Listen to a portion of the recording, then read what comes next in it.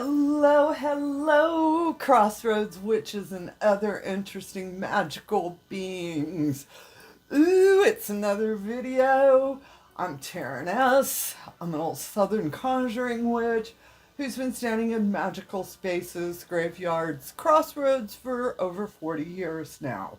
I want to talk about American witchcraft because I think a lot of our American witches go down the rabbit hole of what type of a witch are you, or what's your flavor of witchery, and things like that. And I want to sort of my notes on it because what I've seen is a conflict in the duality of dirt.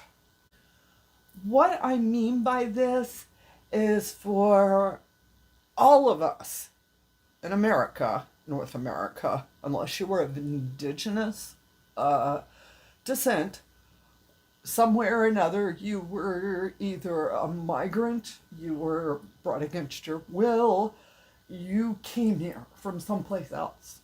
So you have ancestral homeland dirt elsewhere.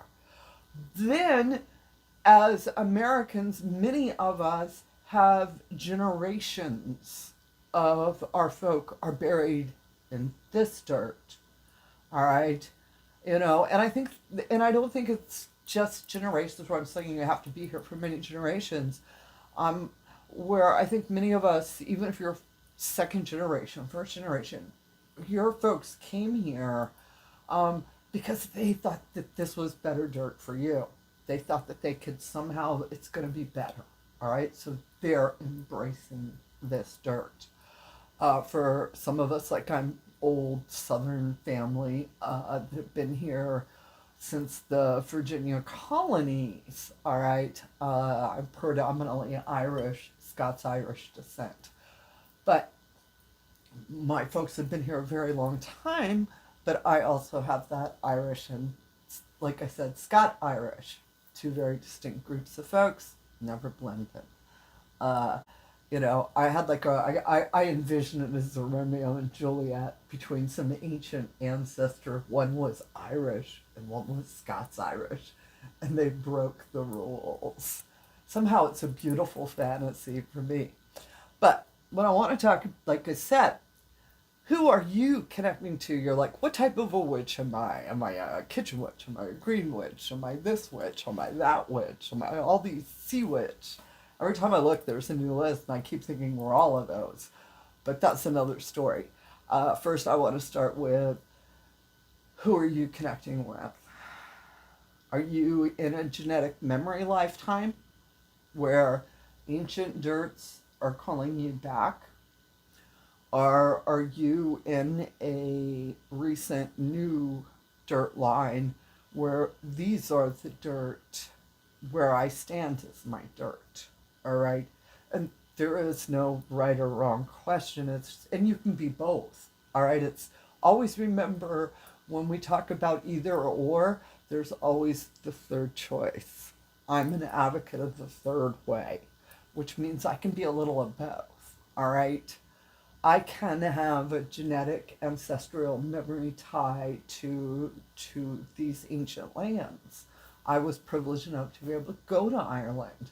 I went to Tyrone, Ireland, where my paternal grandfather's side came from, and the whole process. And I stood in front of the old farm. And honestly, my first thought was, thank you for getting on the boat. Where I see my own line and all the things that they went through and how that happened. And then on my more ancient Scot-Irish, again, these were poor people that had the courage, the bravery to get on a boat, come to new land with a very big dream, you know? And so I respect all sides of it, where I do have dirt over there, but I also have dirt here with my ancestors. And when we talk American witchcraft, American magic, we always have to start with multicultural experience. As I spoke earlier, we have a colonizer side that was coming in, as well as an enslaved side that was coming in, and then we have indigenous folk that were already there and just got their shit dumped on. I mean, it was, those moments of, oh no, we didn't. Oh yes, we did. So what do I do as someone of European descent? Um, I make darn sure that I live my life better than that. That's my responsibility. My responsibility ain't to anybody else other than making sure I do better. All right?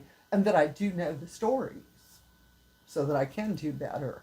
All right? That's where our real history, we all need to go stand in those places when we get into colonial America, looking at every red brick, understanding those buildings were built by enslaved people. All right? To walk past the big house and to go around back and to give honor to those folks. Those are the people who built America. All right? So, we're in this American witchcraft, and you're like, I'm an American. I feel like, I'm an Irish witch. I'm a Celtic witch.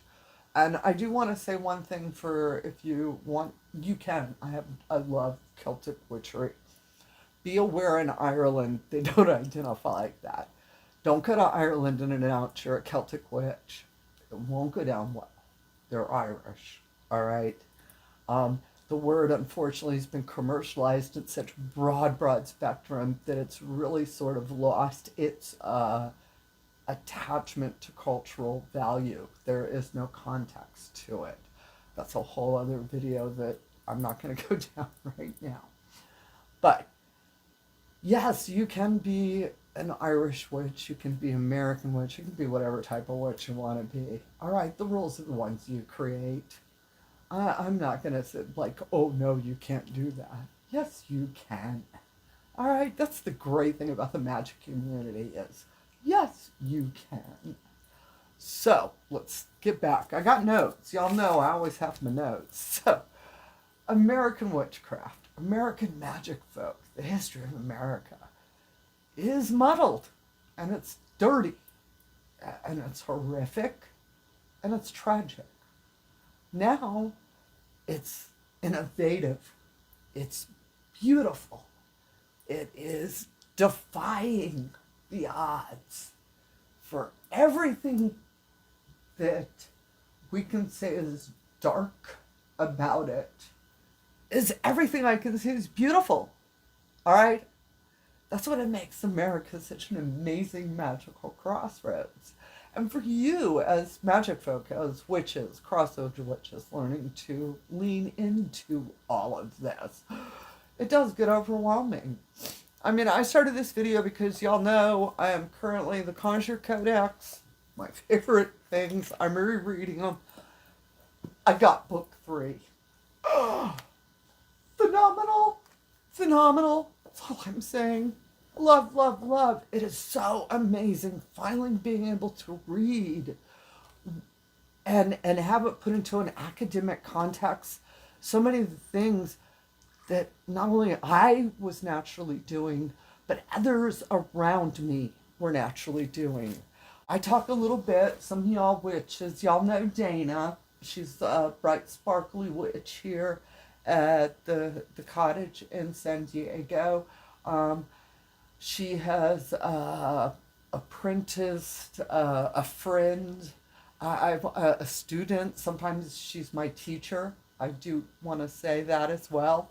It is a give and take relationship that I've had with her for the past 6 years now. And she works within the lesser deity. She works with demons. She dances with them. I keep trying to entice her. But she's one of those witches I was talking about earlier. She's not really comfortable with putting it out. And I respect that. We all need to respect that. But she works with lesser deities. And she has a very set, I'm not going to say set, but she's got a bit of a routine on how she invokes, how she feeds the altars she sits up. All right? Through experience, she has learned these things. One of the things that she does is that she uses Latin when she is invoking some of the demons. And she was telling me about it, and she said, it just feels right. And so I was like, if it feels right, that's what you need to do. Uh, I say it all the time to you guys. I say it to the cottage. I say it to the house. I say it to 13 Moons. Um, this is the best teacher when it feels right. So she's telling me this feels right. I'm like, do it. And I listened to one of her invocations. Oh, goosebumps. Oh, witches. It was so amazing. It was beautiful to be a part of. I was so privileged in the moment. I'm not really feel that it's my story to tell, but it was some good stuff. So, Dana's telling me all this. So, what is it? Conjure Codex 1, 2. This is Conjure Codex 2. He discusses within the magical papyri. He also discusses within the Greco-Roman magical systems, King Solomon, and the bringing in of demons, the use of Latin, and he concludes that this is probably the oldest language that the lesser deities, demons, have heard, been accustomed to, so it's probably wise to use Latin for some of your workings. And as soon as I read that, y'all know, I done ran to Dana with, it's in a book. It's in a book, and I can cite sources of these magicians, these occultists, these real high magic folk. These are like dusty wizards who sit in towers reading stuff all day. Came up with the same conclusion that this bright and sparkly witch who was down dancing around a bonfire, keeping it real, came up with. They both did it. All right? And I'm telling the story because I want y'all to understand how truly connected magic is. Now, I'm coming back around. I got notes, but before I got notes, I'm drinking a little wine tonight. It's a nice red wine.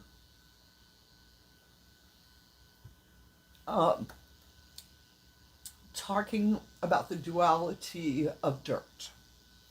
How, when you're doing what's right, when you're doing what you're feeling really deep within yourself, you're doing it the right way.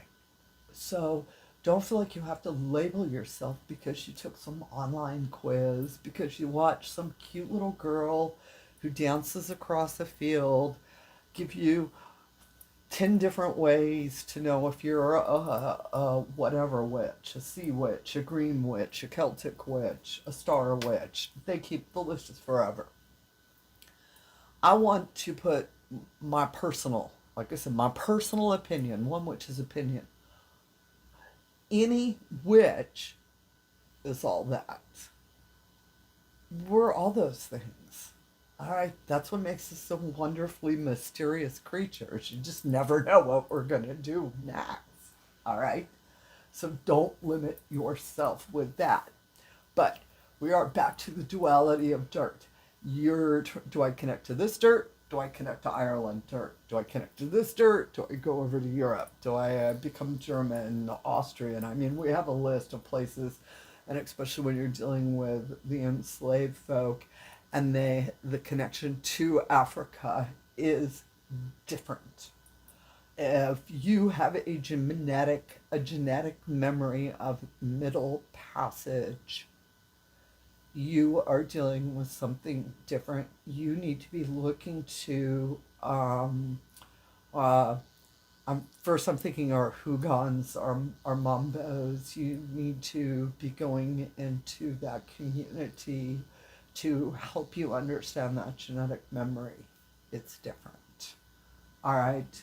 I just want to say that little bit there. Now, America. Now that we've established the fact we're all from, we have duality of dirt, we have ancestral dirt elsewhere. Now we're in America. And in America, it's regional. All right. You know, everybody's story is different. And the magic that we've created here, if you have this dirt of America, you know, what does that mean? A lot of times we hear about the Appalachian magic, which is great. I ain't gonna be down on them none. I mean, my folks, I got a little blend in with that Appalachian. I'm low country, coastal. So I got a slightly different flavor, but actually my roots lay up there. Uh, but understanding different regions, because like when you get up in the New England states, up in America, uh, they got some strong sea magic, fisherman magic. I mean, and this is things we don't ever think about or talk about because it's not trendy right now. Nobody's wrote a book about it or anything. But our sea magic, where does our sea magic come? Comes from. If you have an affinity to the sea and look into your ancestors, they probably in some way were associated with it. Here in America, I would say the most active forces we have where we can see that generational fisherman magic is in New England and then down along our Gulf Coast states. When you get into that arc, all right, you don't ever think about it, you know. I'm talking about Texas. And you're like, Texas? Yes. They've got some great generational dirt down there. All right. You know, for me, a lot of times I talk about low country. That's the dirt I'm, you know, uh, part of. For me, that South Carolina, Georgia coastal area. I pick up a very, very strong black influence, the Gullah Geechee, all right, Haitian. I also have strong influence in Congo because of the blending that we had of African and European, all right, folks, magic, belief, culture, whatever words you want to use. Please be aware that there were points in the 1700s where there were actually more black folks than there were white folks in some areas of the colonies. Okay? Uh, we really have to re understand our history and truly how beautifully blended we are. Do not let people divide us. Okay? You know, and that's where, and if you are out in the plains, middle of America, I just recently got to do this beautiful video with Jasmine Ambrosia. I'm going to put it down in here because I want y'all to go watch whatever her new video is. And subscribe, press like, whatever those things. She's embraced the American witchcraft. She's really a first generation with her tradition. And I'm just like, to a degree, almost in awe of her because I am part of an established tradition, so I follow along behind others. And I'm looking at her with the courage to stand in her space. And I'm like, okay, you know. But she's in Indianapolis, the middle of America, all right? The bread melt. Oh, farmer magic, farmer's almanac. You can go up to what? Lowe's, Home Depot, Tractor Supply, or Amazon. But farm magic is so powerful. And there's a whole book, Farmer's Almanac. They put it out every year. They tell you the most magical days to do stuff. All right. My high priestess, my first mama, told us that in the Farmer's Almanac, if it said that it's a good fishing day, that's also a good day for doing magical prosperity workings. Makes sense, doesn't it? And you're like, oh, yeah, it does. But she stands in that dirt and embraces it and understands that the magic is from within her connection to the world around her in the moment she's in. That's American witchcraft at its finest. All right? You know, we have other flavors all around this country that you can get into. If you get down into Alabama, you have the swamp witches. And fun to party with, slightly crazy. You just ain't never gonna know what they bring into a circle. Just saying. Based on my own limited experiences, all right, I had the best time. But their magic and their dirt and how they're doing it and everything, and you're sitting somewhere in various parts of the country and in various parts of the world. Because I want to shout out to my witches in Denmark and the Netherlands. That's so cool. I just never would have thought that a witch in Denmark would like my video. I just want you. That really sort of opened up my. I was like, whoa. You have to understand at point before I got on YouTube, I was literally, used correctly, living down a dirt road, off a dirt road in a small town in southern South Carolina in the Low Country, in a very, very, very country rural place, honey. You just don't know what redneck witchery is about. So, the how is where I'm like, so where do you go? Where do I, you have this conflict. Who am I? What am I? Where do I go? How do I connect? Where's my magic? Sorry, here. This is where your magic is. How are you going to connect even deeper to the world around you? For some of us, there is a strong pull for genetic memories, and your dirt is elsewhere. You need to go find it. And you physically need to go find it. You need to go stand in it. All right? Like I spoke earlier, I went to Ireland a couple of years back, pre-pandemic. And went there, and my first response was, oh, thank goodness I'm in America. So I don't have a genetic memory. I mean, I had an appreciation, respect, honor, reverence. I stood there, I cried. All sorts of amazing emotional stories connecting with my personal ancestors and their trials and tribulations. I did not feel that was where I needed to be. Not this lifetime, all right? Each lifetime dictates different. This moment, this right now is what we're turning into. For me, it was coming back. You know, my own personal journey was that embracing the fact I'm a proud, messed up Southerner. As I said, my story's beautifully tragic. I embrace both. I strive to do better than those who came before us. I believe that the next generation is going to do even better. I'm an optimist. And for those of us that this is our dirt, where do we start? We start with learning the local history. We start with learning our own ancestral lines. For those in which have African descent, this is a challenge.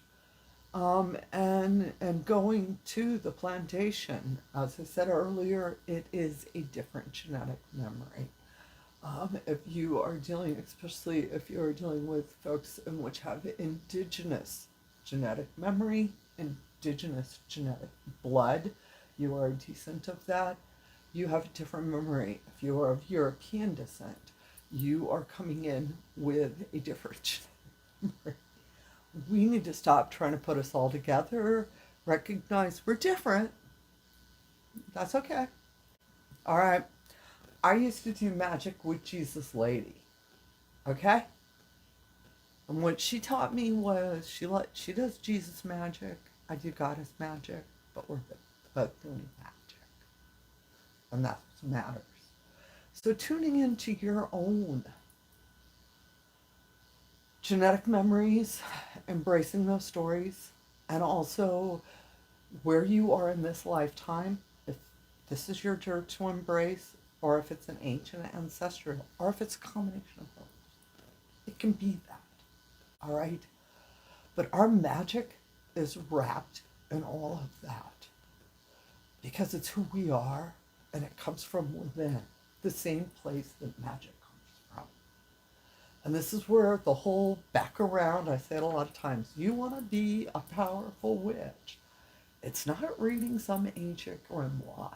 It's getting in your own self, connecting to dirt, connecting to memory, connecting to all that there ever was and all that there ever will be. I have rambled on about this. I hope I inspired you, empowered you, somehow encourage you on your own magical journey. And if you're here till the very end of this video, ooh, you get a gold star.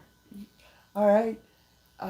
If you're wondering, like, what am I doing? Where am I at? Am I really magical? Yeah, you watch till the end of the video. How can, I just hit the microphone. You watch till the end of the video. How can that not be? You really want. I want you to look in the mirror and realize you are the magic. You are beautiful. You are perfect just the way you are right now. And with that said, witches, I'm going to get out of here because I got other things to do. And I enjoy spending time with y'all. As always, it never changes. I want you to get out there. I want you to fly those brooms. Have a bright, sparkly day. And as always, amen, blessed be, ashe, and a-bo-bo.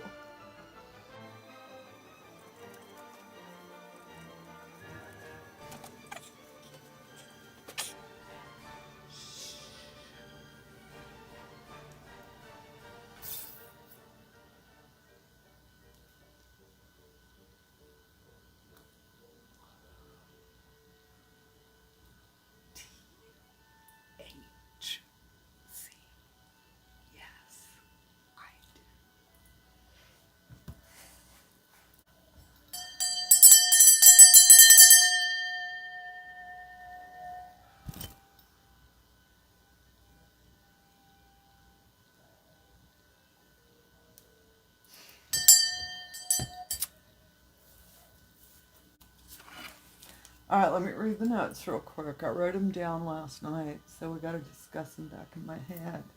All right, and farming, outer sea island, swamp, here, there. Cool, Irish culture, Southern culture, Scots, Irish, Old Europe, Polish, Austria, Jewish tribes. Oh, that's me. I'm 3.2% sub-Saharan. I'm 3.2% sub-Saharan African. It's in my DNA. It's been tested. Means I'm an old Southern family. I don't know.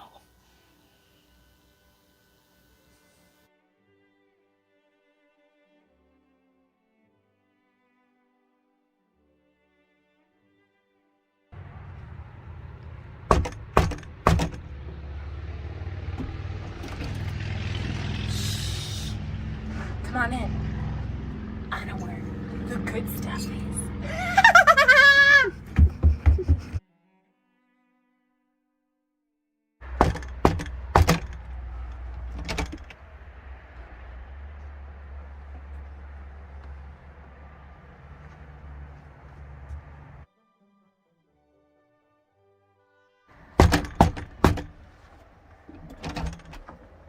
Hello. Come in. I have something to share.